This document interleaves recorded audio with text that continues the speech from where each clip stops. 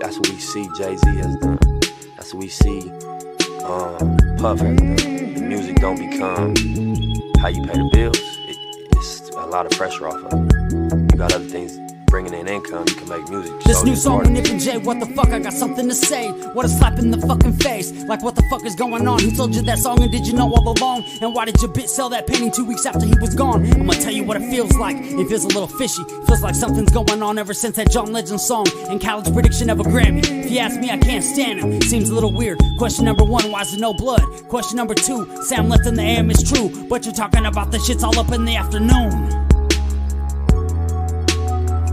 Don't trip, we're gonna find out the truth soon. Who did what to who? Did they plan to eat the chili fries or was it just a surprise? Can you see the lies of witness in a cowboy's eyes? Are we gonna just sit here and forget? Are we gonna ride like Nip said? It's a little weird that the judge quit. Handing out immunities like candy makes me sick. I got a lot of unanswered questions like, why is the footage all grit and I can't see shit? Who the fuck is that white man in that white BMW? Probably was the FBI. Yeah, I noticed that white guy, and I noticed the car wasn't in the pictures when they showed them afterwards. They thought we would forget. They got that shit backwards. They weren't expecting me to drop this track and raise all these questions with my Mac words. I'm really mobbing through LA smoking backwoods. I've been doing this shit all my life. TMC, AMI. You might just see an empty parking lot when you ride by. Well, me, I see way more. I see an independently owned store. I see the community taking power back, whether you're white, Mexican, Asian, or black. As long as you're not blue. Good ones, there might be a few, but from my life experience, I'm like, fuck that. I'm not defending Eric, but what's the fucking delay? They requested a quick trial, it's been over 800 days. They try to distract us in so many clever, creative ways. Yeah, you got your Grammy, and now you're a billionaire. But what about the families that are still living there? Seems a little unfair, just a little something to compare. I never seen a fireman wearing a bulletproof vest. Yes, the shit to me seems a little suspect. The shit's a little weird. Crisis actors taking away our fathers, making our child some bastards, killing creative men and women for their masters. The waves that Nip wrote in, you didn't know it began. A bunch of new chapters. You didn't think about what would happen after. We would put the pieces together on your transparent bullshit. I can see right through it, like the clear blue sky in the LA sunny weather, where the palm trees swing side to side and we ride together on a white horse or a double R hearse in a foreign car. Either way, you gotta be on guard because they're on tap for anyone who's brown or black with tats. Everybody sees it, but nobody wants to attack. It's sad if you ask. We all gotta blast back. We're in the game, though we can't touch the ball. Seems a little unfair if you ask me, that's all. So take your ignorant ass to YouTube and type in Tanique Views to get the real news. We're doing the shit for justice, not views. Sharing knowledge and coming together, that's the real tool. He tried to lead us to the lake, so don't sleep on the knowledge that he gave to me and you. He wanted us to learn from his mistakes, so with our new knowledge, good decisions we could make. And also one thing I wanted to say myself, they killed Dr. Sebi because he was teaching health. Assassins, they come in all shapes and sizes, big booties, hips and thighs. Oh, you're Diddy's girl, right? Oh yeah, John Legend, some things happen at your video shoot. I got a couple questions for you. All those strings you pulled, you still can't make a rap hit. You punk ass little bitch, you probably got a little dick. All the shit that you have to did. This new song with Nip and Jay, what the fuck, I got something to say. What a slap in the fucking face. This new song with Nip and Jay, what the fuck, I got something to say. What a slap in the fucking face.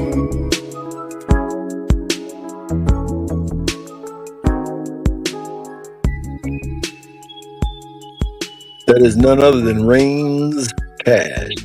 That's right. RAINZCASH, Rainz Cash.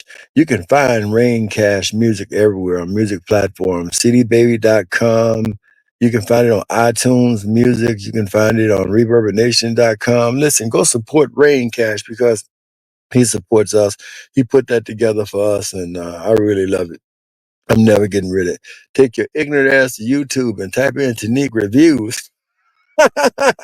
Nevertheless, like a lot of my, what? I thank God for y'all. Those of y'all who gonna hear this and see this video, I want y'all to know I really love y'all. I really do, man. I love the fact that you love the show and that y'all been hanging in there with me. Even people who ain't been around for a long time, y'all pop in and check on me. And some of y'all are actually, I consider y'all my friends in real life because we talk, encourage me. Lydia and Kevin Strong, Lydia Strong, Demetrius Strong, Demetrius Jr. Man, I don't know what I'd do without y'all, man. Y'all have been, I tell you, I'm going to say this. Nipsey Hussle and covering the Nipsey Hussle trial. And I have met Robin. That's all I can say is her name, Robin. I've met just knowing Nip from his music and from his interviews and, talking about his trial, I've met some of the most wonderful people in the whole world. And they love God, they love family. And I thank God for those people. And y'all, like when I come to y'all, but who would have thought that as you do a podcast, that one day the people you talk to would come to you in real life and be there for you. I'm like, wow, I wouldn't have never, ever assumed nothing like that. I'm not talking about financially and stuff like that. I'm talking about I met people who are better to me than my brothers and my sisters are. They pray for me. If I need anything, they'll support me. Whatever I need for this show, it's just amazing. And I really, you know who you are. I can't call out everybody, but the Strongs have been with me from day one. And Kevin, Lydia, Demetrius, and his little baby, Demetrius Jr. And we were working together on a project and we came out successful. Robin, that's all I say. She's so dear. Just been a sweetheart to me personally. And a lot of other people, I can't, remember everybody. Some people have been snakes. I mean, I've been snaked on this show. Don't think I haven't been snaked on this show. Don't think they haven't put plants on this show. But nevertheless, I want to start off by saying everything on this podcast, this platform you see now, is alleged and it's used for entertainment, spiritual, religious, and educational purposes. And we're going to use all of those today because I want to talk about me. Because a lot of my people, they kind of worried. I've been a little raunchy and I've been kind of hard on women, but y'all don't know what I've been through. And so therefore, I think it's right because I started out this show by sharing with you guys what it is that I went through personally. I started out this show, telling y'all I tried to be in Hollywood and stuff like that. And that I tried to do movies and I tried to do all that stuff. Music. Most of you guys have heard me play keyboard and stuff. So y'all know that I do music and stuff like that. That's nothing new to you guys. But how I really started out the show and why I started this show, why I started this channel. I want you guys to understand why I started this channel. I started this channel because of my baby. That's right. Her name is Terry Ann. That's her there. This is why I started this channel because I was totally blindsided as a young man growing up. I was totally blindsided. I mean, when I say blindsided, I was really, really blindsided. I mean, in the worst way, blindsided. I mean, I think the worst thing in the world that a person could go through is what I'm about to tell you that I went through. And over the course of time and trying to get better and to, I had three other children to raise. I had to find ways to deal with this pain that I was holding on the inside. And it was very painful. I mean, it was very painful. And I was holding this on the inside. And what happened was, this is my baby. This is about maybe, I'm going to say this is somewhere between 2 and 3 weeks before the worst thing that could ever happen to a parent happened. This is about 2 to 3 weeks before my baby, here you see, was fatally stabbed in the heart by her mother or her sister. And I was at church, of course. I was preaching. Most of you guys know me. I'm a preacher. My work, that's one of my books. That's my latest book that's out currently that you're looking at. And so I I remember the day like it was yesterday, as I'm in the pulpit actually preaching. I got a pain in my chest so strong that I buckled in the pulpit. The pastor his name was Pastor Clay. He was in Chicago. He saw me buckle and he came over and said, "What's wrong, bro?" He said, "What's wrong? What's wrong?" I said, "I got a pain in my chest." He said, "You know what? It's a hospital across the street." He said, "You could be having a heart attack." I said, "Man, I was working out. This is exactly what I looked like at that time." I was well fit and, so I didn't have no heart problems, that kind of stuff.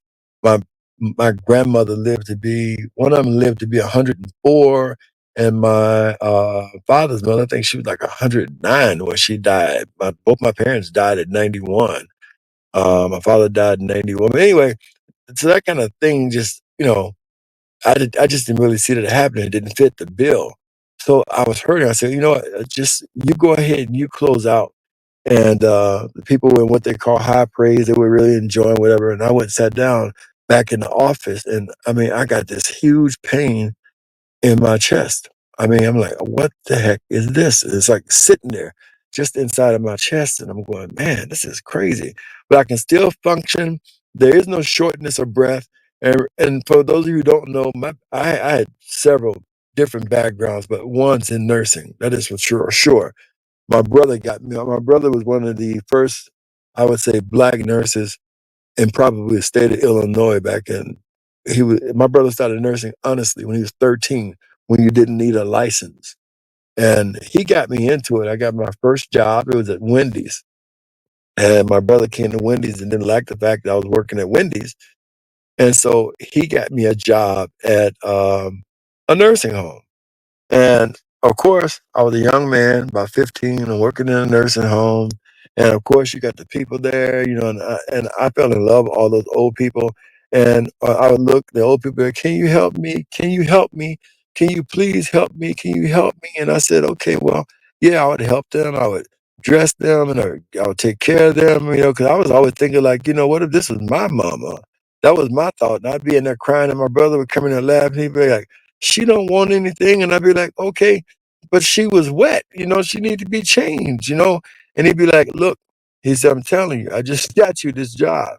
And for a 15-year-old, that was a pretty good little job, man. I was making like 200 and something dollars a week, for a kid who don't have to pay rent.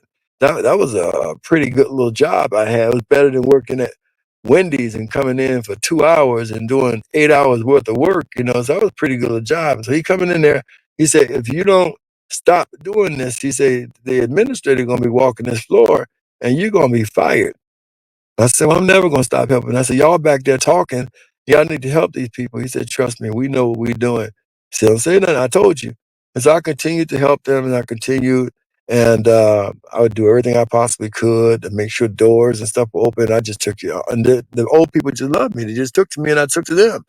And so one day I saw this big guy who was standing at the corner hallway, and he looked at me and I looked at him, and then he went on downstairs, and then I got a message. He said, I need to talk to you. So he brought me downstairs. My brother was shaking his head. So I told you. I went downstairs and I went in the administrator's office, and he said, what do you want, the good news or the bad news? I said, well, I guess I'll go with the bad news first. He said, you're fired. He said, you work in housekeeping. You're not supposed to be doing what you're doing. He said, I appreciate it. But he said, we have nurses up there and we have CNAs up there, and they're supposed to be doing that. You're doing it. You're doing a good job, but that's not your job. So therefore, you are fired as a housekeeper. You can no longer work as a housekeeper. It was the first time I'd ever been fired. I'm like hurting so bad because I really did like to pay, and I didn't want to go back to Wendy's making but it wasn't even hourly wage. I think it was still at the bottom of $3 or $4 an hour. Then they would only call you in for 2 hours or to close. And he said, okay, well, you fired. Okay, so I was getting ready to get up. He said, don't you want to hear the good news? I said, well, what kind of news could be good after that? He said, you're hired as a CNA. I said, what? He said, yeah, you're hired as a certified nurse's assistant. He said, here's how it's got to work. He said, you'll work during the daytime. Classes are starting here next week at night. So when you get off work in the daytime, you go to work at night, and you pass your test and you become a licensed CNA. Will give you a raise and everything. And so he gave me my uniform and stuff that day, and I started out as a CNA. And then he said, if you want to, and you work for us, for a year, he said, you know what I'm gonna do? I said, no. He said, I'll pay for you to go to nursing school, and you can become a nurse. I said, you'll pay for it? He said, we'll pay for everything, but you gotta be here a year. I said, okay, fine, no problem. So I started out as a CNA. My brother was like, yeah, I just CNA. I said, yeah.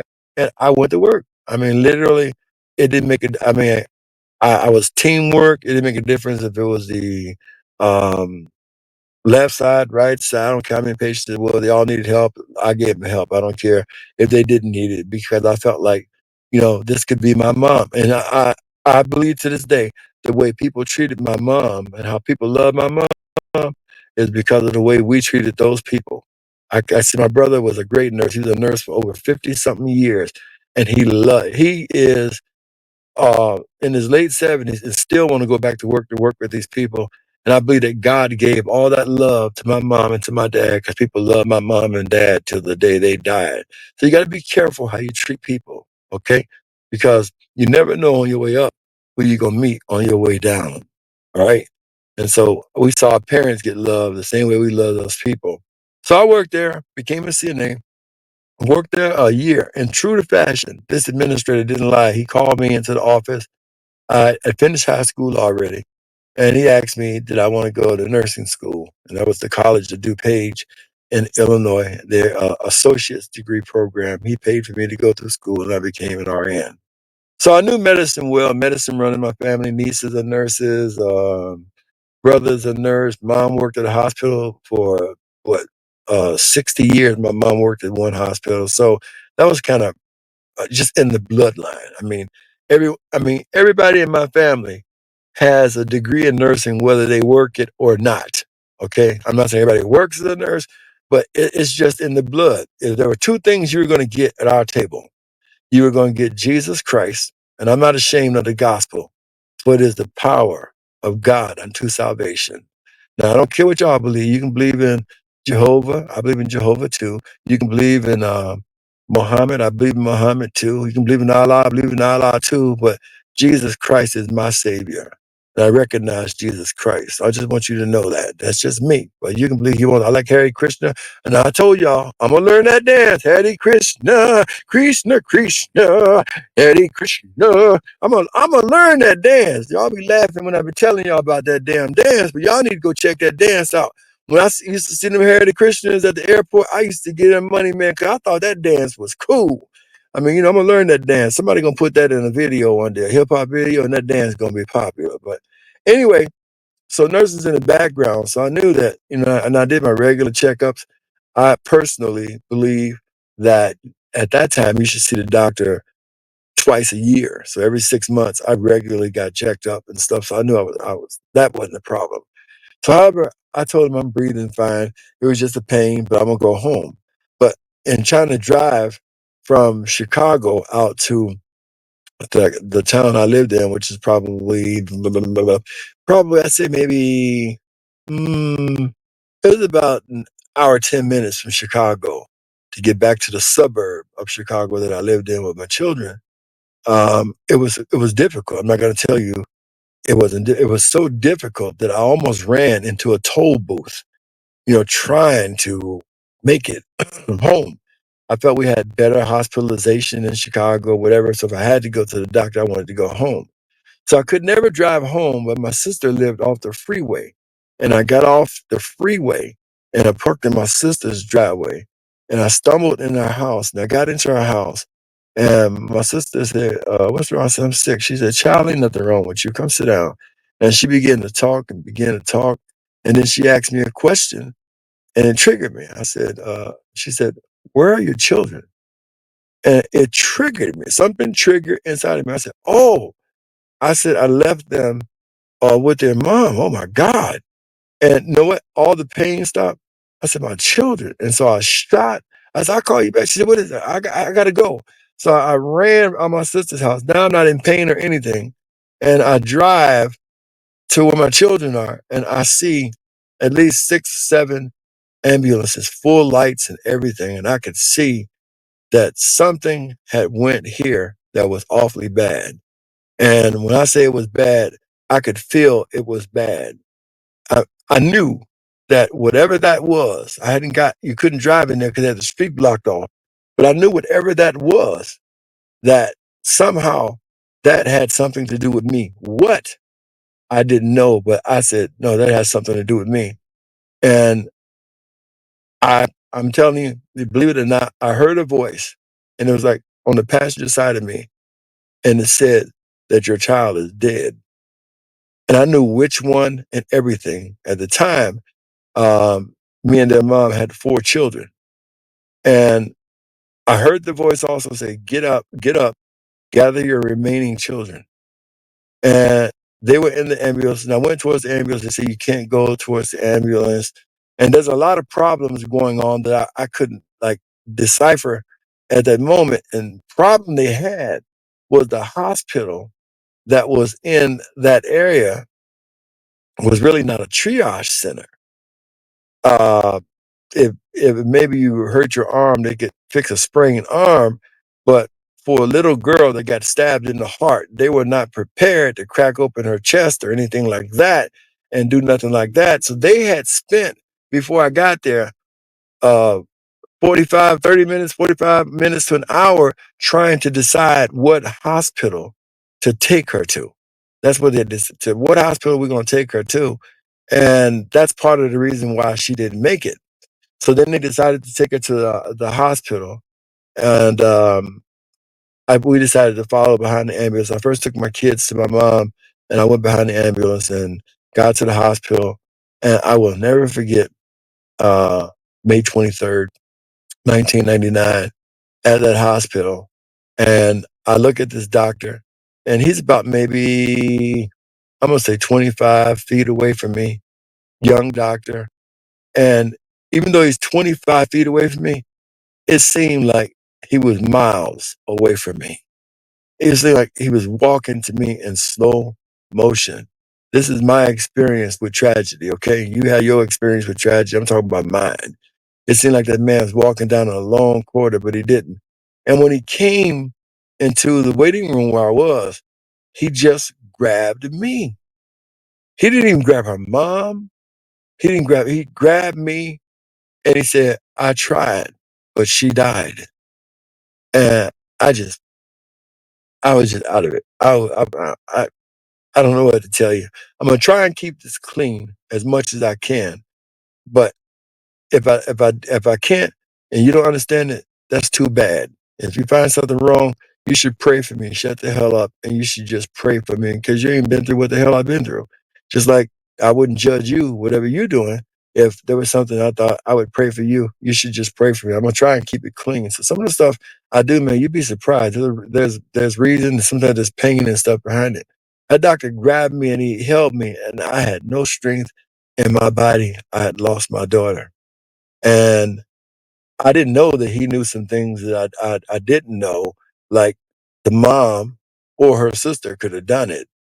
They would even go there because I guess they didn't want to further any trouble. If I would have known that her mom done it at that time, there's no question in my mind. I'm saying this on where you guys can hear me. I would have killed her. I would have shot her right then and there.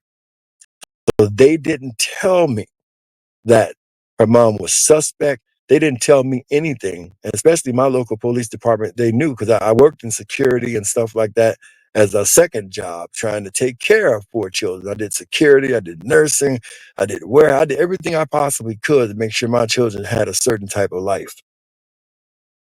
So they didn't come out and tell me that because a lot of the cops, they knew that I was packing, because I worked with some of them. A lot of times in the suburbs where I were, they needed the officers on the street. So they were good to security officers to kind of hold down stuff. And they knew that if I didn't know that that woman had stabbed my daughter, I would have shot her. I would have shot the living hell out of her. And, even after this, fast forwarding a little bit, she went on down to Texas, living in Houston, the bitch, trying to act like she did something spectacular. And no, she killed this little girl, but that's a whole nother ball game. Let me not go too far. So anyway, they didn't tell me that right away. I wouldn't learn this till months later.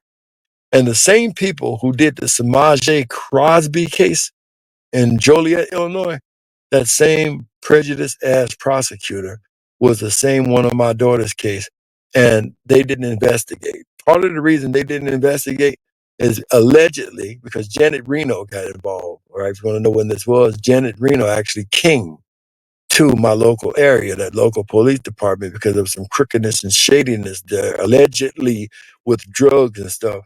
and they didn't investigate their mom and stuff the way they should have. They didn't come up with any reason why this happened. So this is 2024. This happened in 1999, and I still don't adequately know who stabbed my daughter in the heart. And there were only 9 people in there.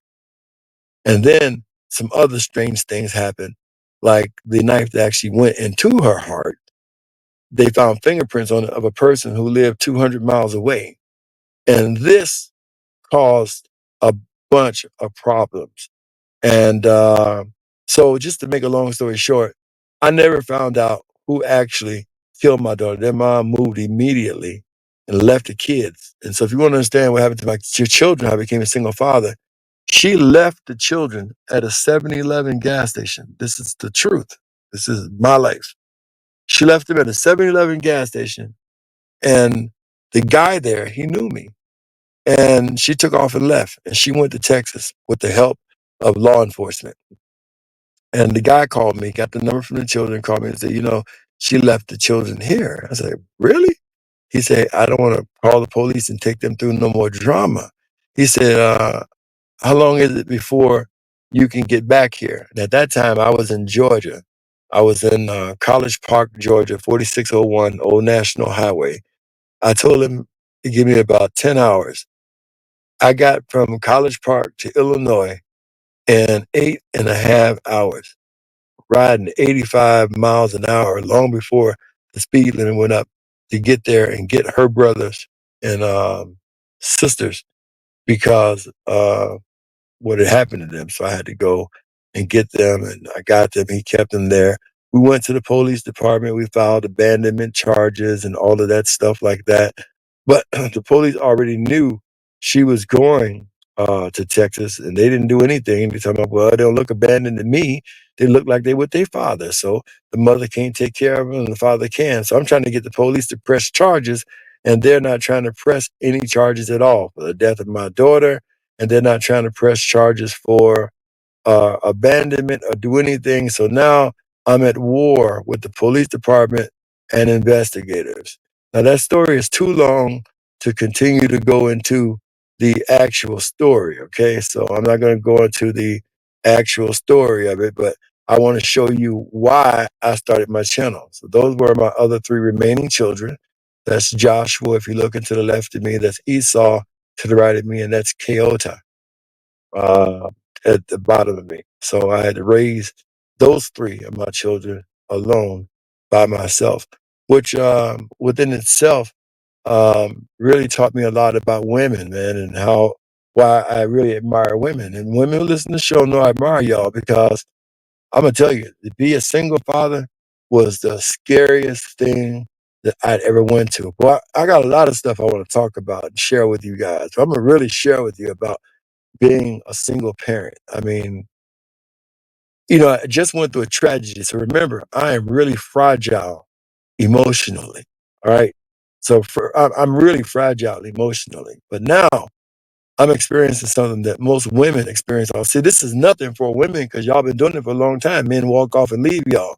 But now I have 3 children, and I have never been so afraid in my whole life. I'm gonna be the first one to tell you, I don't mind telling you, I was terrified. I mean, it's like I had an angel on one shoulder and I had a demon on the other one.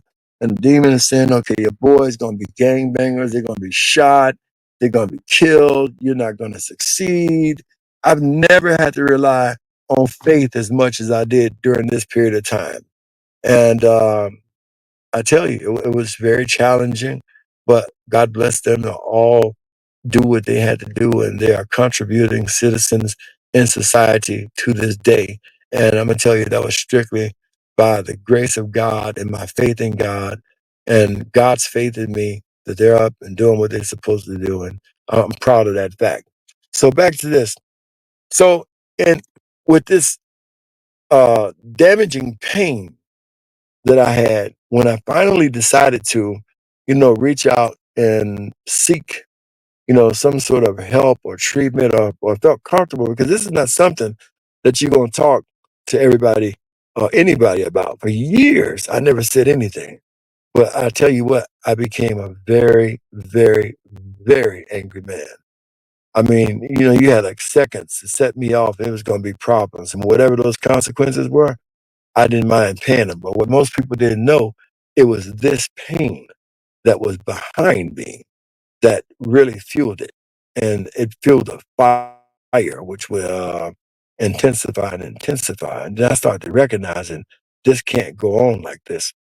And I was put in the atmosphere of somebody that I trust who I could talk to this about, because I'm telling you, you're not going to talk to this about anybody. You're just not going to do it. You're not going to tell anybody your business when it comes to stuff like this. But I can tell you this, that the fastest way for treatment, the fastest way for getting better is once you can talk about this, a tragedy, and actually can find people who can listen to you, who maybe they can't do anything, but I tell you, there's nothing like a good listener. And if you have a good psychologist, psychiatrist, if that person don't listen, they're the worst thing you can get. Because how can they treat you if they don't listen? So I found somebody that I trust. She was wonderful, and she wasn't going to be in the state long, so she worked with me a whole lot. And one of the things she suggested was for me to find, you know, something to do to maybe help other people with their children. So if you want to know why I started um, Tanique Reviews, it was never for me, but I got joy out of watching other people and helping them with their children. Um, and some of the cases that we do, you do like Tupac and stuff like that because it attracts people, and you find people who feel like you feel, and y'all form a camaraderie. But in the middle of that, we've covered stories of missing children. This channel has been responsible for children being returned back to their parents who are missing. I haven't bragged about it because I looked at it as a ministry. I looked at it as something I did out of love, a legacy, or something that I could leave behind. I am proud that missing children who have been missing for years have been found because of this channel. And whether we said anything or not, it's the truth. We're responsible for well over 20 young men being out of prison and back with their parents when their parents saw no hope. This channel has did this. We're responsible for at least 10 children who were taken to other states or stolen from a parent by another parent being returned back to that parent all across the country. I could go on and on and on. And each one of those successes in my heart and in my mind, I felt like I was saving my own child just for a few minutes. And so I had joy when that parent or whatever would get their child or what have, where that child came home out of jail back to his mom and father. It was like me saving my child. And that's why Tanique Reviews was formed. For that reason and that reason only. And I said, you know what? I'm gonna stop doing a lot of this gossip. I'm gonna start talking about things in everyday life because we got everyday issues that we can help um, people with, help people instead of talking about all these rich people who don't care about people. We can start talking about some of these real issues, in the community and stuff, so we can help people. And that's what we do. We try our best to help people. I align myself with some of the best investigators that I could afford. I aligned myself with some of the best real estate agents, some of the best lawyers possible, some of the best graphic artists, designers, some of the best people in IT, so we could actually help people. That's what I did. And if they couldn't pay for it, then I paid for it. It didn't make a difference to me as long as people got help. So that's why this channel was started. And I think because I started right, I met wonderful people. And I'm really proud of that. But the more popular you become on a channel like this, and some people do this for money, they do. Their love of this is a YouTube check every 15th of the month. Let me tell you guys, YouTube has never monetized this channel. And the reason why they never monetized this channel is because this channel wasn't solely based upon what they wanted it, what they wanted you to talk about. The reason why TikTok outdoes YouTube to this day is TikTok lets you do whatever you're supposed to do, whatever you want to do. They wasn't trying to censor you. That's why the government was trying to get away. The government can control Facebook, they can control YouTube, they can control IG, Instagram, but the one channel they couldn't control was TikTok. And people no longer even watch the news. We watching right now Hurricane Milton, but we watching the hurricane right from the lens of people who are right in the middle of the hurricane. The news can't beat that. I mean, these people are like showing us it coming. They're showing us the waters. I just saw a crocodile, about 2 or 3 of them, inside a person's house. All right, and they inside the house, and the crocodiles and the doors are knocked open by the water. They got 3 giant crocodiles in the house. Who wants to live in Florida, right? Anyway, so they can't control TikTok, but they can control YouTube. YouTube wants to censor you, wants you to say what they want you to say, and all this stuff like that. Nobody practices censorship harder than YouTube. And punishment because you won't do what they do is your channel is not monetized. So what is a monetized channel? A monetized channel is when you see commercials. When you see commercials, those people are strictly out for money. They do what they do for money. And if they don't make enough money, they open up a Patreon where you guys got to take your credit cards and stuff and subscribe because they do this for money. But there's a few people on YouTube who don't do this for money. You know, there's a few people on YouTube who don't have savings backed up from YouTube to get them out of jail when the FBI wants to investigate them because they're telling you about an FBI story like I do. The Black identity extremists. You know, you guys wasn't there when the FBI pulled up on the side of me, and I'm telling you what the director of the FBI did and how he's turned us into terrorists and called us Black identity extremists. And that's the reason why they shooting Mike Brown, shooting George Floyd. Okay, when I'm sitting at 7-Eleven and the FBI on the right of me and the left of me, most of you guys ain't contributed one dime. I'm not talking about the people who have, but there's no money back there to get me out of jail. And that's the reason why most people don't do that because, you know, there's going to be nobody there, nothing there for them to get out of jail. So they just try and make money off of this. But I found it as a way of communication to communicate with people, not just in my state or the United States, but people in Canada, people in Africa, people in China. And sometimes YouTube will block you from talking to those people because you're sharing information that the United States of America don't want you to know. Imagine, and I'm gonna get on back to that story. If every Black person on here started to share our experience and let the Russians and let the French and let the other countries know that we have not overcame, that America is still treating us like dogs and slaves, that America is bringing over Mexicans, Afghanistanians, Chinese, and giving them free houses in our community. And yet Black people are still homeless and can't even find a job. And y'all come on these platforms and think this is about jokes and shit. And it's not about jokes and shit. You're being fucked up, treated wrong. And your whole community has been overran by foreigners who are the Afghanistanians were given $500,000 each, a free home in some community that they had to fix up.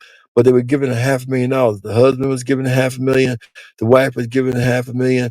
The Mexicans, one of the reasons Eric Adams is in jail was Eric Adams revealed how could an immigrant come over here and get $1,200 a week in cash and $700 in food stamps without even filling out an application. And Donald Trump said this. He said to Mayor Eric Adams, he said, they're going to indict you and put you in jail for revealing that to people. 1 year to the day that Donald Trump said that, Eric Adams was indicted because he was the person who revealed that America was paying these foreigners to come over. But anyway, let me get to my point. So I started this channel to enlighten you guys and to help you guys. And what I didn't know was that how popular the channel had become. Now, there's several things that people can do on these channels. I have to go through this. Like you may see somebody with 1.2 million. They ain't got no 1.2 million followers, follow that damn channel. All you have to do is look at how many people tune in and you'll know that.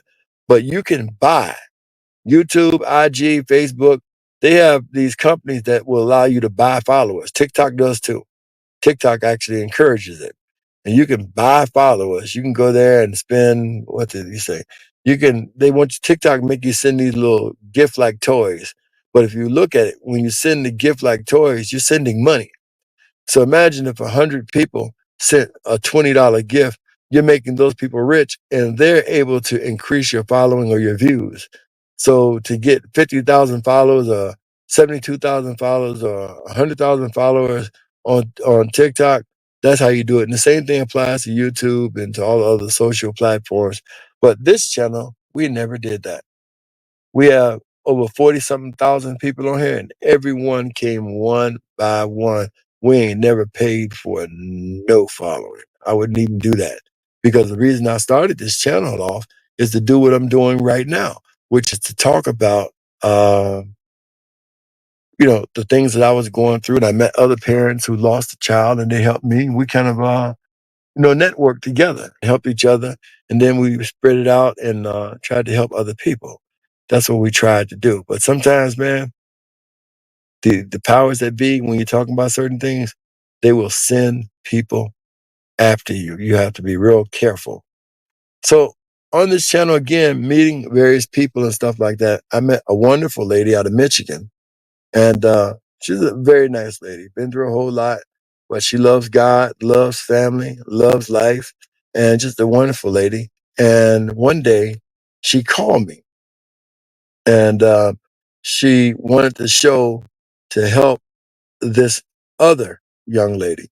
And I'm going to tell you exactly what she said. I'm not vouching for nobody. She said, I believe that you can help her, because she was buying the same bullshit story that you're going to see that I bought.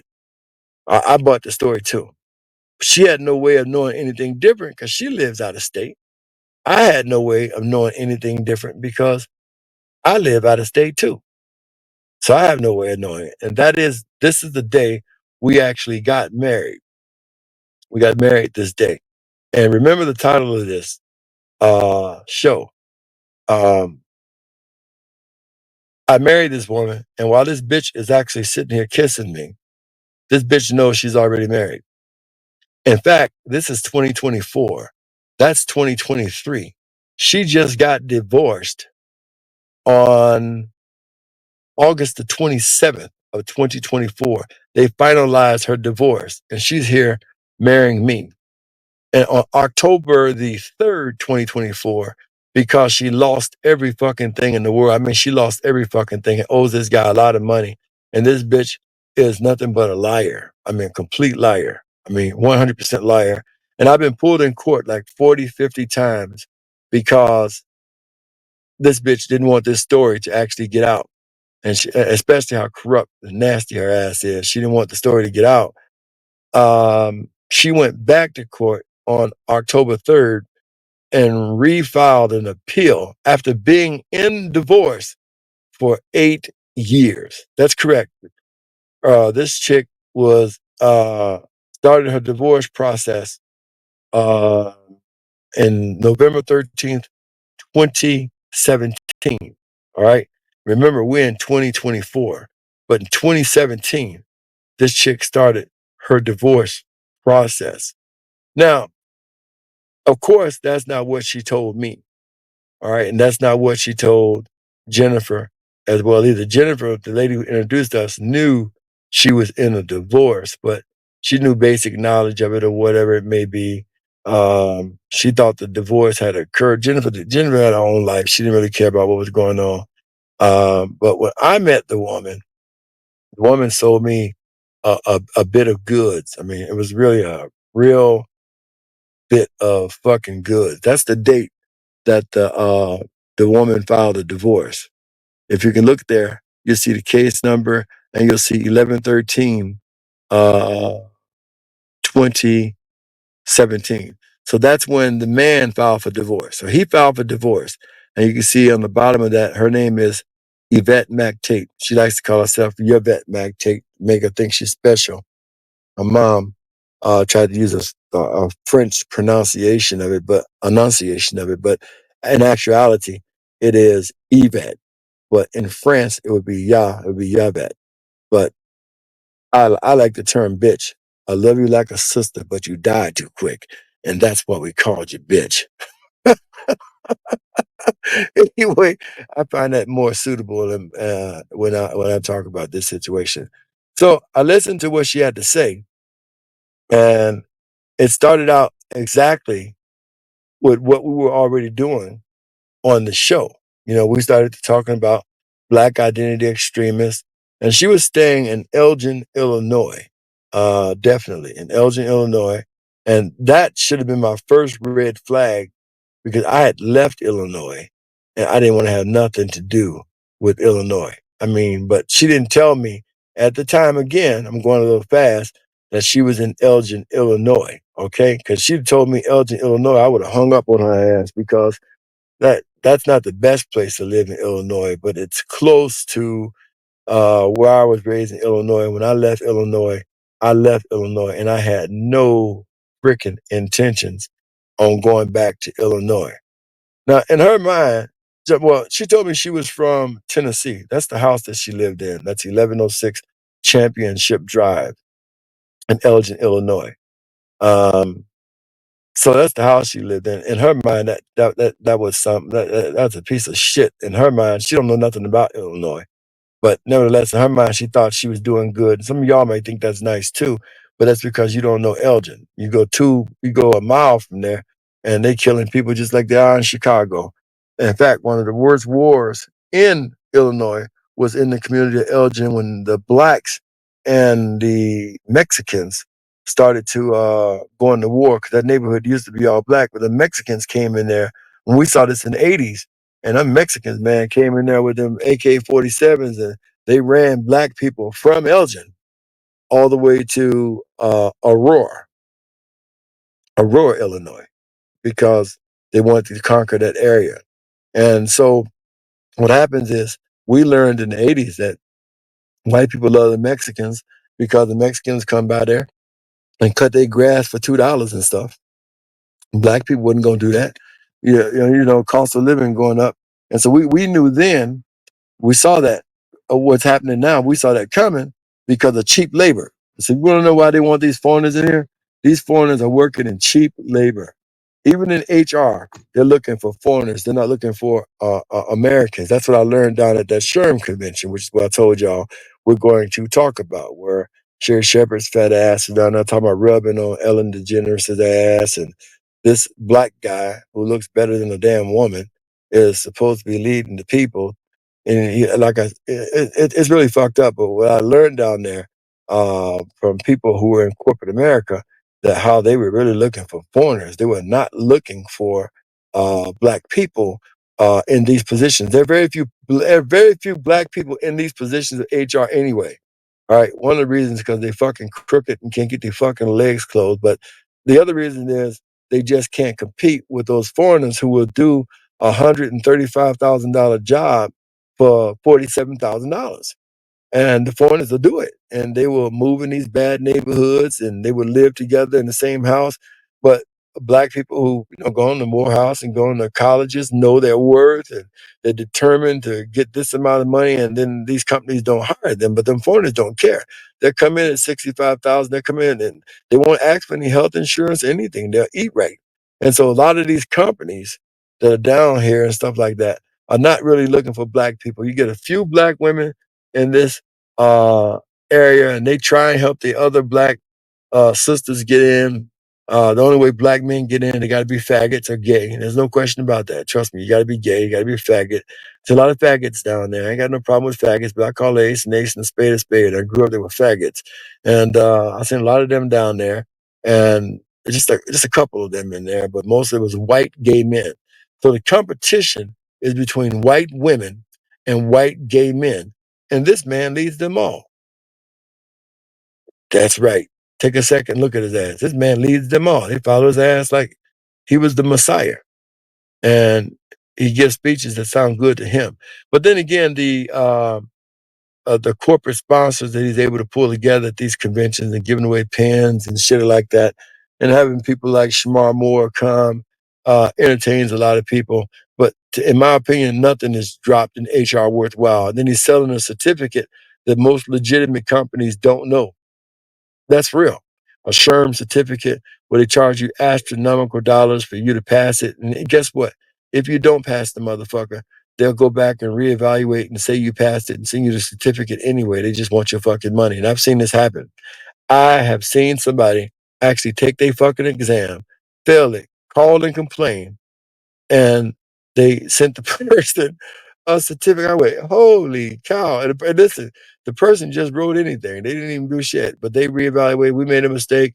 And you, since you paid for it, you got the certificate. And this is why most corporations don't care about it. But a few black people care about it and they feel special because one of the things unqualified people in HR do is they look for some sort of certification from people who are not even accredited. People who do this shit specialize in looking for non-accredited school programs so they can add this shit on their resume. And I'm gonna tell you something. Let me get to it. We're dealing with Sean Puffy Combs right now. And I'm gonna tell you something. You gotta listen to me carefully. What I discovered when I was down at this convention is something worse than Sean Puffy Combs.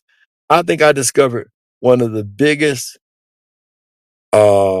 prostitution whole rings in the whole world with these corporate people sending our people to these companies or down there having sex with our people and shit. And this is like fucking incredible. And I don't know if they're using pink cocaine or not, but definitely if your wife on a business trip, you better see what kind of motherfucking business trip she really on, especially with Sherry Shepherd telling her that the way to get famous, you got to rub Ellen DeGeneres' ass. That is not motivation to do a job. And then suggesting that you should sleep with this motherfucker who got a wife and 2 kids. This motherfucker was sitting up with a wife and 2 kids posing, taking pictures with a bitch who had herpes and AIDS. I'm like, how could a bitch with herpes, possibly AIDS, get this close to this motherfucker? And he has 2 kids and a wife there, and he has no idea how stupid some motherfucking people can be. And nevertheless, make a long story short, this is some of the stuff we're going to talk about. I can't do this entire video in one setting, but I'm going to probably do 10. But this is going to be our first video that we do private. And I'm going to see how this video works. And what'll happen, I think you have to email me, you'll get a link, and then we will give you the link to the video and you can see this video. So if you see this video, you're one of the fortunate people. So I married this bitch, and I don't know a whole lot about her, but she's talking about the white man and the court system has taken her. Well, when I first met her, she told me she lost a child like I did. That's what got me. She told me she lost a child like I did. Now, she didn't tell me that the father got the child, okay? And she didn't tell me that she abused the child. The father got his child, one, because she abused him. That's right. She abused that child, and I got the paperwork. I got the paperwork to prove she abused that child. Wholeheartedly, the bitch is guilty as hell of abusing the child. And again, just in case you don't know her name is Yvette Mack Tate. That's her name. And now she's using my last name to try and hide because corporations, when they use her name, Tate, can look her ass up online and see she's a fucking abuser and lost her child. So one of the reasons she got married to get a fake certificate so she can change her last name to House. Bitch, why don't you go back to your name, Mac, and get rid of my name, bitch? Because as long as you got my name, I'll make sure all my followers and people know. But Yvette Mack Tate, Macktate is her name, but she's using on LinkedIn and other things, Yvette House, because when people interview her ass or check her background, if she uses House, her DCFS file will not show her trying to stab her son and beat his ass with an extension cord all wrapped up and shit. And the court took the child and gave it to the father. This was the same woman who's on here talking about her husband was gay, and we did the I'm not gay thing anymore. And nevertheless, she told me she had lost a kid, but she said we'll talk about that when we see each other and shit like that. So I get there and we see each other, and so about 2 weeks later, I said, okay, well, what happened with the your kid? And that's what she told me. Oh, he with his father. I'm like, yeah, what the fuck? I mean, I told you my son. Oh, well, oh yeah, I'm really sorry. for your story, but the court system stole my child from me. That's what she said. Stole my child from me and gave it to his father. And I'm like, gave it to his father. I was like, you made me think you lost a child tragically. I did. She said, oh, that's what you believe? I said, no, that's what your ass said. And you told me you couldn't talk about it and got my ass to come to Illinois. 'Cause I was supposed to be going to Tennessee, but no, she wanted me to come to Illinois. But anyway, that's a long story. But however, so I come to Illinois. I'm like, this bitch sitting up here lying. And so we had already engaged sexually by that time, like the first fucking day. I mean, it was on lit. And I couldn't understand some things. Some things just did not make a lot of sense to me. And okay, and I started saying, well, you know what? I'm gonna pull up out of here. That's what I did. I said, you know what? I'm gonna pull up out of here. I'm just gonna leave this bitch and I'm gonna get out of here because I don't know where this is going. This woman can't tell the same story, uh, straight once. And I'm like, this is fucking crazy. And so I'm trying to figure out, like, at what point in time I'm going to actually leave this place. That's what I'm trying to figure out, when I'm going to leave this place. And I'm talking with airlines and shit like that. And so I continue on. There's some drama in November and shit like that. Drama that she won't testify. This is the same bitch that keep pulling me in court every time I do I love you like a sister and you died too quick. And that's why they called you bitch. It's the same bitch that's pulling me in court and trying to sanction me on YouTube, my freedom of speech. This is her, because she don't want you guys to hear this story and don't want her friends and mama to see the paperwork, because I got all 1,990 something pages of her file and transcripts to show that, one, this bitch was seeing that man the whole fucking time. All right. Two, this bitch was stealing from her first husband too. He used to have her dumb ass on his retirement account, and she was pulling $80,000, $60,000 out of his account until the court stopped her ass from doing it. This is shit that her friends and people don't know, and she don't want them to know. And so she's trying to silence me because I know everything completely, but good luck doing that. It ain't gonna happen, bitch. I love you like a sister, but you died too quick. And that's why they called you bitch. So I figure I got my plan out of here. I tell her I got a ticket. I'm leaving. I'm going back home, because at that time I lived in Virginia Beach, Virginia, and I've been up here taking care of her shit with her and neglecting my shit because she was trapped in fucking bills that she couldn't pay for. And the bitch comes and tells me, she says, you know what, you can't go because I'm pregnant. I'm like, what? And she goes, that's right. I am pregnant. I'm going like, damn, I cannot. I mean, I'm going all kind of emotional drama I'm going through. Okay, I'm going through emotional drama because once I lost a kid, I never thought that I would like have another one. I'm at a certain age in my life, and I'm like, I don't know what to say. You don't want to tell a woman you don't really believe her. And I'm thinking like, why would anybody at this age? And she was about 53 at this time. Oh, she's about 52 at this time. She's 53, not heading into 54. The drama filled ass told me she's pregnant. I said, I don't know. I said, I don't have a good feeling about this. And then she pulled out this. That's right. That is her motherfucking stomach. And I'm like, okay, something got to be in that motherfucker because I didn't see it. Unless my glasses wasn't working. I'm like, God damn, that's something got to be in this motherfucker, a tumor or something. I'm like, holy shit. I mean, when did that happen? Well, it's the truth, and I feel something moving in here, and I'm like, oh my God. I'm like, I got to change my attitude. And I'm like, okay, well, I'm going to swallow some of this shit because I just can't walk off and leave her like this. And maybe God blessed us. And I'm thinking she has a child. So she carried this shit on for a long time. I mean, she's pregnant and all of that stuff. And I'm trying to figure out how I can be a better parent than I ever fucking was. I'm like, I can't leave her like this. And then I'm like, wow, I don't know what to do. I'm so excited.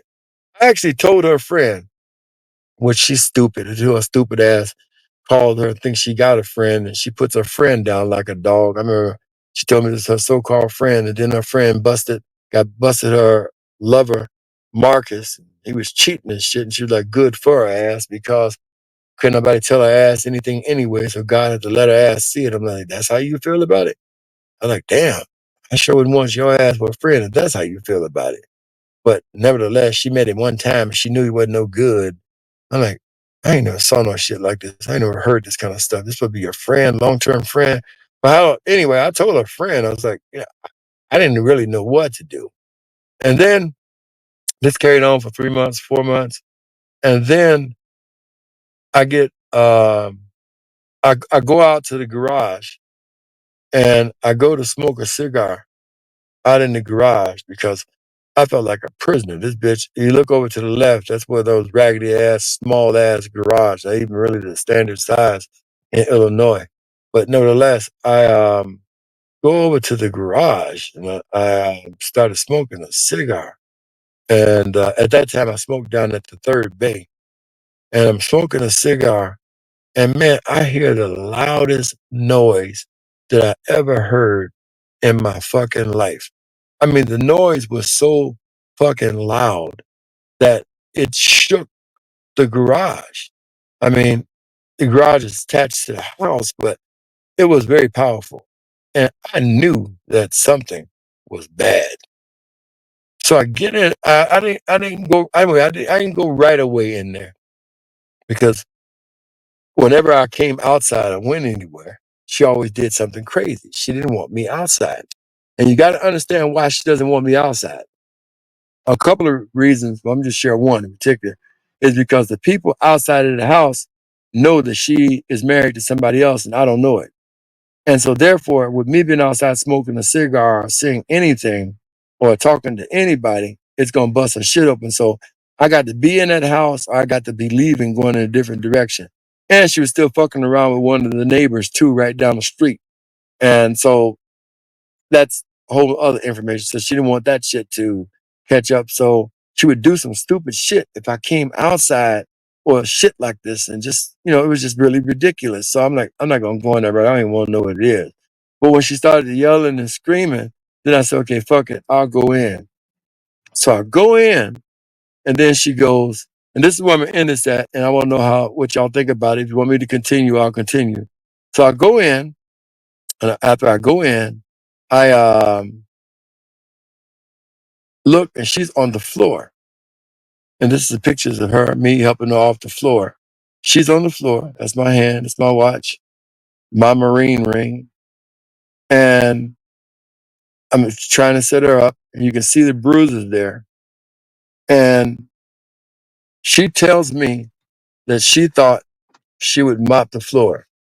Now, keep in mind, this woman didn't clean. This woman can't cook. She tried to cook once. I was done with that shit. I had to go out for breakfast, lunch, and dinner every day because couldn't cook, do anything, shit. And I'm helping her up, and she's saying she lost the baby. I'm like, what? So I'm like, just so fucking emotionally fucked up at this point in time. She's saying, okay, I lost the baby. I fell down. I said, well, how did you fall? I was mopping the floor. This is no lie. And you're going to hell if you're laughing. I said, you're mopping the floor. She said, yeah, I went to mop and I fell. And I'm looking like, okay, if you look at the picture, you can see the red marks. That's where she fell and hit a bucket, is what she said. And so now I'm saying, okay, well, if you lost a baby, you got to be bleeding. You got to have a DNC. My medical background is kicking in. And I'm saying, you got to go to the doctor. I'm not going to the doctor. I'm saying, you allegedly pregnant 2 months, 3 months. You got to take your ass to the doctor. I said, you are going to the doctor. I said, now 2 things are going to happen. We're going to try and get you up. You're going to go in the car. I'm going to dial 911, but you got to go to the doctor. She said, well, okay, you can take me to the doctor. So I take her to Edwards Hospital. I got the medical records and everything. I can show that if I have to. Take her to the hospital.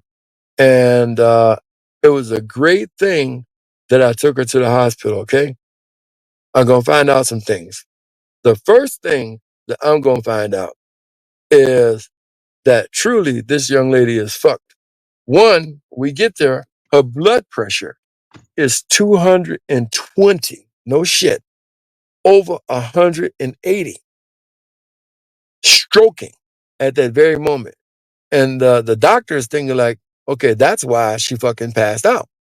It was 220, literally over 180. I got it. I mean, I could actually post it up here. 220 over 180. And it went up like 3 or 4 times. Then it went to 240 over 188. And the doctor said, okay, we got to give her some high blood pressure medication. No question about that. And so the nurses are in there, they're doing ultrasounds and they're actually injecting the medicine. And then slowly but surely, after spending about 4 or 5 hours, maybe 6 hours in there, they started to bring her blood pressure down. Doctor said, like, no, she definitely has high blood pressure, no question about it. No question about it. So he said to me, he said, can I talk to you for alone? She said, well, what does he want, babe? I said, well, he wants to talk to me alone. Well, why does he want to talk to you alone? I said, why do you want to talk to me alone? He said, I want to just share some things with you so how you can take care of her and that kind of thing. I said, well, he wants to tell me how to take care of you. Well, she says, okay. Of course, she likes that shit. Give her all the attention in the world. She's hurt. She's lost a child. Oh, of course, it's going to be Christmas. Anyway, the doctor takes me in. He said, are you crazy? I said, what do you mean? He said, this woman, he said, I would question whether or not she's pregnant because of her age. He said, it's not likely. It ain't too many Sarah's walking around. She's not pregnant. He said, isn't a speck of blood at all, period. She don't need no DNC. He said, she's not pregnant. He says, in fact, the only thing she got is 2 huge tumors on her uterus. And he said, I can tell by looking at them cancerous, they should have removed those at least 2 years ago. They're going to cause all kind of problems. And I was like, no, man, she wouldn't lie like that. He's like, dude, look. So he went and got the ultrasound because I was a nurse. And we're reading the ultrasound. He says, there's nothing here. There was nothing ever there. Nothing at all, period. She's lying to you. Because he heard her ask, like about the baby and doing a pregnancy test to see if any hormones. He said, she's lying to you, dude. She's not pregnant, period. She never was, period. He said she probably had a bodysuit on. I said, a bodysuit? What the hell is that? He said, my wife wears one. He said, it pushes your gut on the inside, like you won't be able to tell. He said his mama used to wear a girdle. He said, but back in these new shit they got is like the bodysuit. And you know what? Come to find out, this bitch actually wore a bodysuit. In fact, she wore the bodysuit, and recently I just seen her ass in court. She put that fucking bodysuit back on. And the one thing the doctor told me that it did, it was cutting off circulation of blood flowing down to her uterus and to her, and then all that shit's gonna have to be removed because she's trying to push that shit in and pretend her old ass is skinny when her old ass is not. He's saying she's gonna pay a hell of a price for what she's actually doing to her body. And he discharged her. And I took her home. I'm going like, okay, this woman has just taken me through 6 months of fucking torture and hell on earth. So I'm gonna stop right there at that point. And this, of course, is The Bitch I Married Was Married, and it's starring none other than Yvette McTate. That's her name, Yvette McTate. And depending on how you guys respond to this, I'm going to do part 2. This is part 1, all right, of a story on what I went through over the past couple of years, which is why I hadn't been doing YouTube, which is why in the first year, if you remember, I only did YouTube for her 3 times a day, trying to help her in her court case. This is going to be very interesting to you guys and help you understand the emotional roller coaster that I went through, and probably why I'm a little bit harder than I ever was before. And if you find something wrong with it, and I'm a little bit hard for my reasons, again, just pray for me, okay? Just pray for me. And if you don't want to pray for me, that's too bad. But nevertheless, this is the story of the bitch that I married that was married.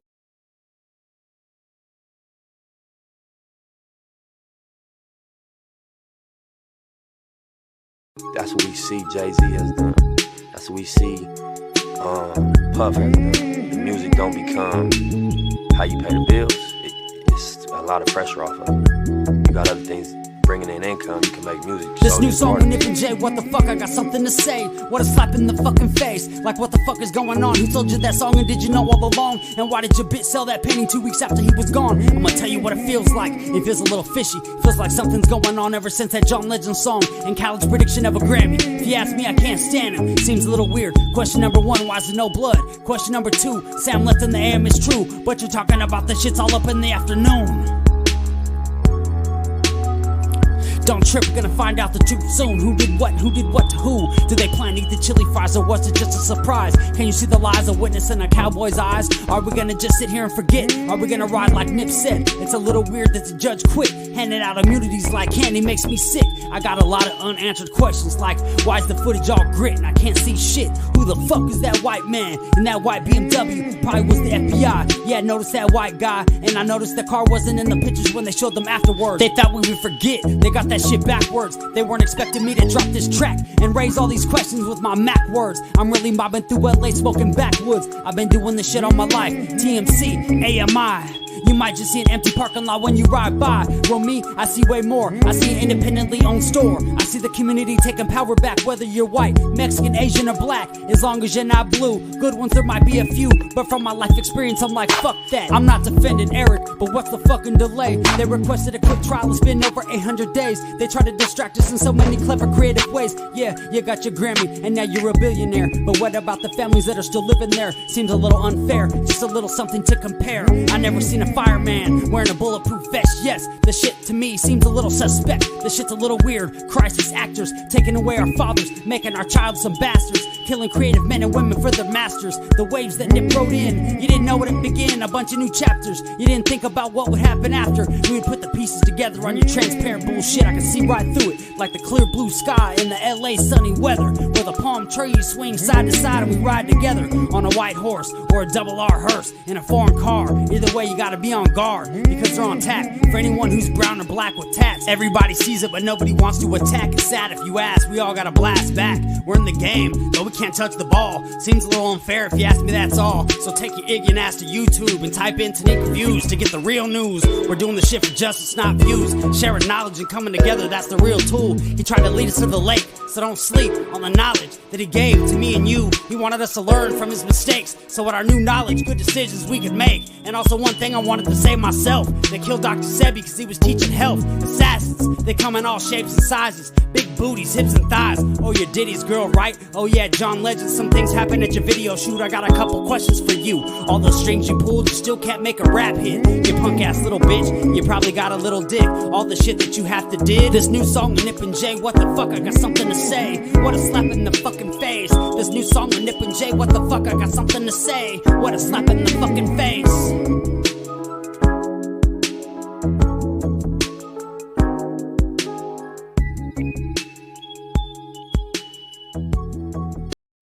That's what we see Jay-Z has done.